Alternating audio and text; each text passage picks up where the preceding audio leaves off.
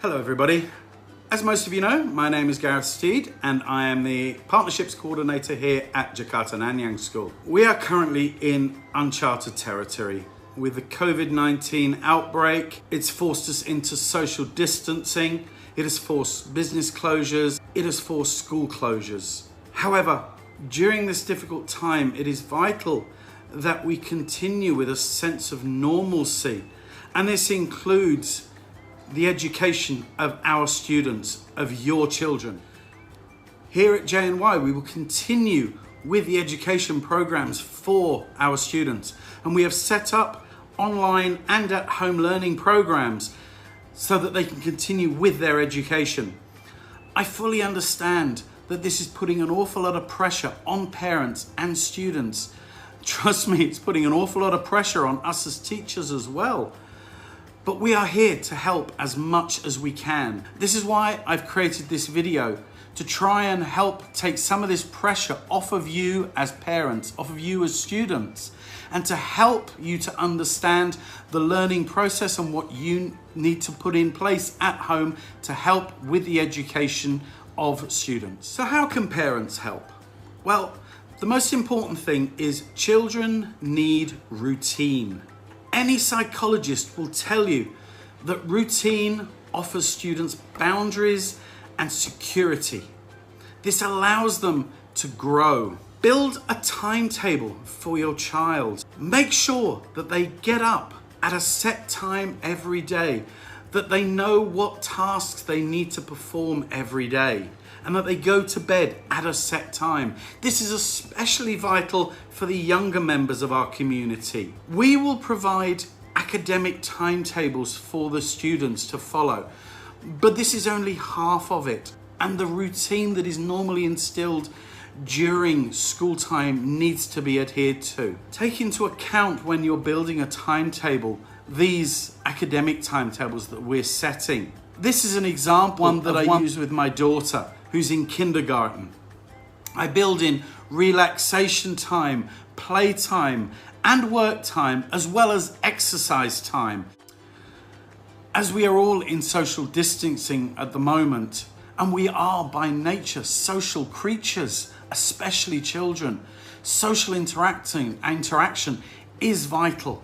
And you can do this by allowing your students to interact online with their friends, not only for schoolwork, but for social purposes as well. It will help them to process what is going on, not only with their schoolwork, but also what is going on in the world at the moment. They are feeling anxious, they are feeling nervous.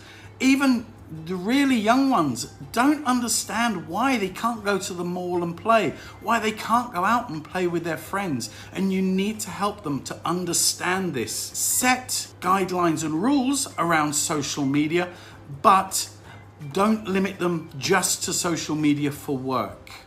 Home learning in isolation is not easy. It's very, very stressful, and your child may be prone to more stress and more anxiety than they normally would be in a classroom setting.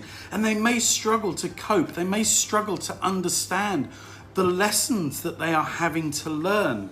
If they are stressed, let them have breaks. Encourage them to go and be physically active, because this will relieve some of the pressure. Most importantly though, be there for them. They are going to need help. We will be there. We will be contactable. A student can contact us, can contact their form tutor, can contact our counselling department, and I will put the contact details for all of these people at the end. But make sure that you are there for them, and we'll touch more on that a bit later as well. So what do the students need to do? Student responsibilities are very much dependent on their age and should be adjusted accordingly. Primary 2 students down are going to need a lot more assistance than primary 3 up. And the assistance that you as a parent need to give is very much dependent on their age. However, the very first rule is set rules. Look at the guidelines that we have set out, especially in this video, for example. Look at the timetable that we have sent you, and then sit down with your child and work out the rules. This is really important. Work on the rules with your child. If you want to get buy-in to rules for children, they need to be involved in it. Ask the child, what time do you think you need to be up in the morning? What time do you think you should be playing? What time do you think you should be going to bed at night? And agree amongst yourselves. This buy-in from the child reinforces the rules with them. It gives them a sense of responsibility, and that sense of responsibility means they're much more likely to actually adhere to the rules. And if they don't, you as a parent have good comeback. Well, you agreed to these rules. We sat down and set them, and now you're saying you want to go against them. Is this a mature and responsible thing to do? Does this make me want to include you in future decisions? Students should check into their respective learning platforms 5 to 10 minutes before the first lesson begins in the morning. This allows them enough time to catch up on any information that has been posted overnight and to catch up on any messages they've been sent.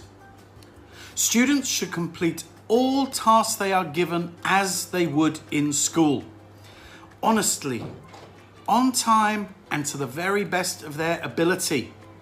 Don't forget, just because students are not in school, it does not mean they aren't being assessed. Especially as the chances are pretty high that we will not be doing semestral exams this term.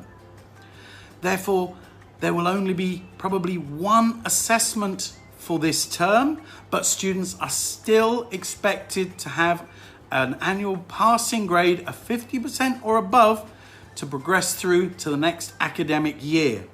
Therefore, hard work at home is vital. If a student is having trouble understanding a concept or an idea or even a lesson, then it is important that they seek help.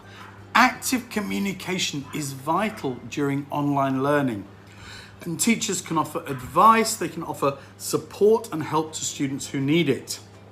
It is also important, however, that students don't simply rely on teachers for all of the answers. We as teachers are not going to always be there, and the ability to actually problem solve by themselves, individually or in small groups, and find solutions to problems will give them very, very important life skills as they move forwards. If student does, however, feel stressed and unable to cope, then either talk to us, talk to the teachers, talk to our counselling department, as I mentioned earlier. We are all there to help with this. And you as parents the same.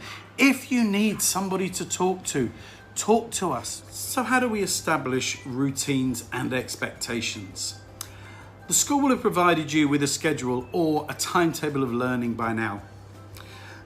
This will include break times, meal times, and when each subject lesson is scheduled.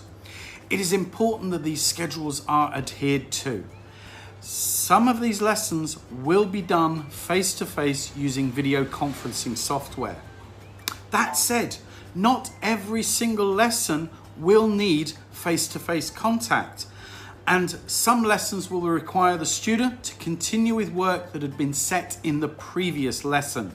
It's important that you set these expectations as soon as distant learning begins, not several days later when it becomes apparent that the child is struggling with a lack of routine. Setting up a home learning environment. Your child may have a place where they usually do their homework, but this may not be suitable for long-term home and distance learning.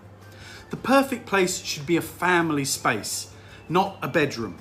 It should be a place that has the ability to be kept quiet, but the parent has the ability to monitor constantly. I'll provide a link to a document from the Australian government on setting up a home learning environment. What about mental and physical well-being? Being locked up at home for a long period with bored children, frustrated adults, can cause stress and conflict in the home. There are ways that you can reduce this stress and help continue a level of not normalcy, at least a level of understanding of the situation. First of all, understand that everyone is anxious about the situation. Set time aside to get together as a family and talk about it. Have each member of the family mention one thing that is worrying them about the situation and one thing that they're actually quite enjoying about the situation. For example, I'm getting to binge watch loads of Netflix. Make sure you as a parent, though, listen to the children's concerns and don't just dismiss them offhand as childish or irrelevant. Praise them, especially the younger children, for being grown up enough to express how they feel. Try not to offer direct advice, but guide the children into answers. This will give them a much greater understanding of the situation and also the confidence in the ability to resolve issues in the future.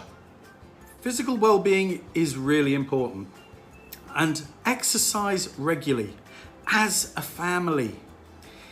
Even if it's simply going around the cluster for a walk for 10 minutes, do it together. It can really help bond the family together and release much needed chemicals into the brain. It also gets you out of the house for a few minutes, which will help to reduce that stress and anxiety that you're feeling being cooped up at home all the time. If you're a little bit braver, try a new activity as a family. Yoga, learn a martial art. Remember that children really need to feel part of a family unit at the moment. Especially during difficult times, younger children need to feel that they are being cared for. And activities done together, no matter what, will help develop that family bond. We have family movie and pizza night, for example. Once a week, we make our own pizza and we watch down as a family and watch a family-friendly movie. It gets us all together in one place for a while, and it also gives us something to talk about other than the situation that's going on at the moment. Lastly, encourage your children to stay in contact with other family members and friends who may be further away, especially if you're an expat with grandparents, aunts, uncles, cousins in a different country. Just talking to somebody who's somewhere else may give your child an opportunity to unload certain feelings and emotions that they may not want to unload on you. They're seeing how stressed you are and they may not want to add to that. But the ability to speak to somebody else further away may be a really useful tool for them. I'll provide a link to activities that families can do together, again, hereafter. So how about communicating with the school? Make sure that you know how the school is going to communicate with you and check that channel regularly. From kindergarten up to primary 2, we'll be using Class Dojo, and from primary 3 upwards, we'll be using Edmodo. These are the main pages that you and your child should check every day. This is how we will provide the majority of the information. However, make sure you also check your emails regularly from any emails and updates from the school. Ensure that your child's form tutor has your updated contact details, whether that be a phone number so that they can WhatsApp or an email. They may need to get in touch with you if there are problems. Be proactive in communicating with the teachers. If you are concerned about anything at all, let the teachers know.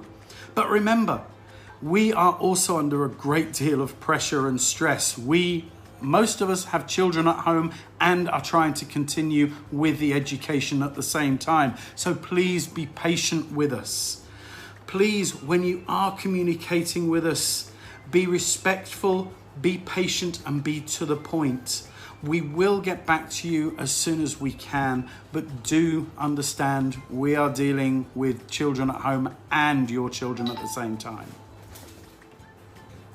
And talking about these online digital learning platforms, to support your child using these platforms, ensure that you know the following information. How to access the student portals, Edmodo and or Class Dojo. How to log in to these devices and websites. Make sure you know, or your child knows, their school email address, usernames and passwords. If you or your child are unsure of any of the answers to these questions, contact your child's form tutor and they will be able to direct the questions and the resets to the correct people. These times are unprecedented, and I know that you as parents and your children are going to find this time very stressful. We all are. We need to work together. If we talk to one another, if we work as a community, we will get through this together. To quote the United Nations, keep calm, stay wise, be kind, and stay in touch with us. Thank you.